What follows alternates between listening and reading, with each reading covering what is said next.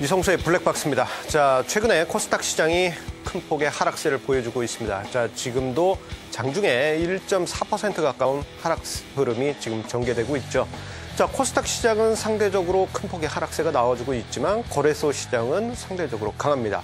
자, 그렇다면 코스닥 시장이 갑자기 4월 들어서 체력이 급격하게 떨어지고 있는데요. 그 이유에 대해서 하나하나 알아보도록 하겠습니다. 자, 일단 코스닥 시장의 하락폭이 어느 정도였는지 일단 일봉 차트와 저점까지의 이 등락폭을 이용한 차트를 한번 보도록 하겠는데요. 자, 화면상의 차트를 보시게 되면은 제가 대략 2012년부터 해서 1년 4개월 정도의 코스닥 지수의 주가 차트와 그리고 저점까지의 등락폭을 표시한 차트입니다. 자, 그런데 어제 같은 경우 하락폭이 2012년 이후 코스닥 시장의 하락폭 중에서 거의 네 번째로 컸었던 하락률일 만큼 큰 폭의 하락이 나왔습니다. 자, 참 오랜만에 그런 하락이라 볼 수 있겠는데요. 자, 이 어제의 하락폭은 지난주 목요일이었죠. 그때도 장중에 3% 가까이 하락을 했는데 그때 이후로 거의 3거래일 연속 계속 이어지는 흐름이고 오늘도 장중에 2% 넘는 하락세가 이어졌었다는 점에서 지금 코스닥 시장의 낙폭은 생각보다 매우 강력하다라고 볼 수 있겠습니다.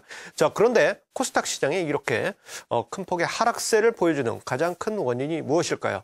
자, 여러 가지 이야기를 언급드릴 수 있겠지만 가장 큰 원인은 신용융자의 증가가 가장 큰 원인이라고 볼 수 있겠습니다. 자, 일단 도표를 보고 이야기를 드리도록 하겠는데요. 자, 코스닥 시장의 신용잔고 추이 도표를 한번 보시도록 하겠습니다. 자, 지금 화면상에 보신 바와 같이 코스닥 시장의 신용잔고 추이는 자, 이 코스닥 시장이 본격적으로 강세 흐름을 보였던 지난 1월 이후 급격하게 늘어나는 그런 모습을 보였고요. 자, 신용융자 잔고가 자, 최근에 2조 원대를 넘어섰습니다. 자, 특히 지난주 후반부터 해서 어제까지 코스닥 지수가 전반적으로 약세 흐름을 그렸음에도 불구하고 신용융자 잔고가 크게 증가했다는 것은 분명 시장의 부담이다라고 볼 수 있겠습니다.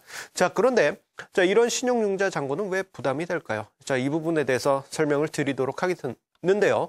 자, 지난 3월 25일에 이성수의 블랙박스에서 이 부분에 대해서 한번 언급을 드렸습니다. 자, 코스닥 시장에 전반적으로 신용융자 잔고가 늘어나면서 이런 제목으로 제가 방송을 드렸을 텐데요. 자, 코스닥 랠리 빚잔치가 될지 모른다. 이러한 이야기를 드렸습니다. 자, 그만큼 그때도 코스닥 시장의 신용융자 잔고의 증가가 부담스러웠는데 지금은 더 부담스러워진 상황이죠. 자, 그때 당시 3월 25일 당시 코스닥 시장의 신용융자 잔고는 대략 1조 9천억 원 수준이었습니다. 자, 그런데 지난 4월 5일 기준으로 해서는 코스닥 신용 잔고가 2조 원대를 넘어간 그런 상황이기 때문에 시장이 조금이라도 출렁이게 되면은 큰 폭의 하락이 나올 가능성이 높다라고 볼 수 있겠습니다. 특히 신용융자 잔고 같은 경우에는요, 주가지수라든가 코스닥 시장이 하락을 하게 되면은 그 하락에 따라서 마진콜이 발생하고 또 악성 매물이 출회되면서 주가가 크게 밀리고 또다시 또 악성 매물이 출회되는 그러한 매우 안 좋은 그런 시나리오로도 전개될 수 있기 때문에 신용융자 잔고에 2조 원대에 위치한 지금 코스닥 시장은 악재에 매우 민감해져 있을 수밖에 없다라고 볼 수 있겠습니다. 이에 반해서 거래소 시가총액 상위 종목군들은 어제 매우 양호한 흐름을 보였죠. 자, 어제 같은 경우 아마 삼성전자와 탑3에 있는 종목들은 전반적으로 플러스권의 시세를 보여주었습니다. 자, 그러한 원인은 우리가 하나하나 생각을 해보게 되면요. 자, 오늘 같은 경우도 당장의 거래소 시장은 코스닥 시장보다 강한 그러한 흐름이죠. 자, 가장 큰 원인은 원달러 환율의 흐름이 일단은 원인이 되지 않을까 생각이 됩니다. 자, 이 북한과의 대북 문제가 점점 긴장 국면으로 돌입하면서 원달러 환율이 큰 폭의 상승세를 보이는 그러한 모습을 보이다 보니까 자, 우리나라 수출주들, 삼성전자와 현대차 등과 같은 우리나라 수출주들 입장에서는 주가가 상대적인 강세를 보이게 되는 그러한 원인이 되고 있고요. 자, 그리고 거래소 종목들의 대부분들을 보게 되면은 그 이전 1월부터 해서 3월까지 미리 주가가 좀 재미없는 주가 흐름이 계속 이어졌었죠. 일정 부분은 주가가 주가 조정이 선반영되어 있었다라고 볼 수 있겠습니다. 자, 지금 화면상의 왼쪽에 보시는 게 오늘의 시세가 아니라 어제 이 시가총액 상위 종목군들의 시세라는 점을 다시 한번 이야기 드리겠는데요. 전반적으로 상승 종목이 많았었죠. 자, 그리고 자, 마지막으로 원인 세 번째를 생각을 해보게 되면은 자, 기관의 매수가 코스닥 시장보다는 거래소에 집중되었다라는 점이 가장 중요한 포인트가 아닐까 생각이 됩니다.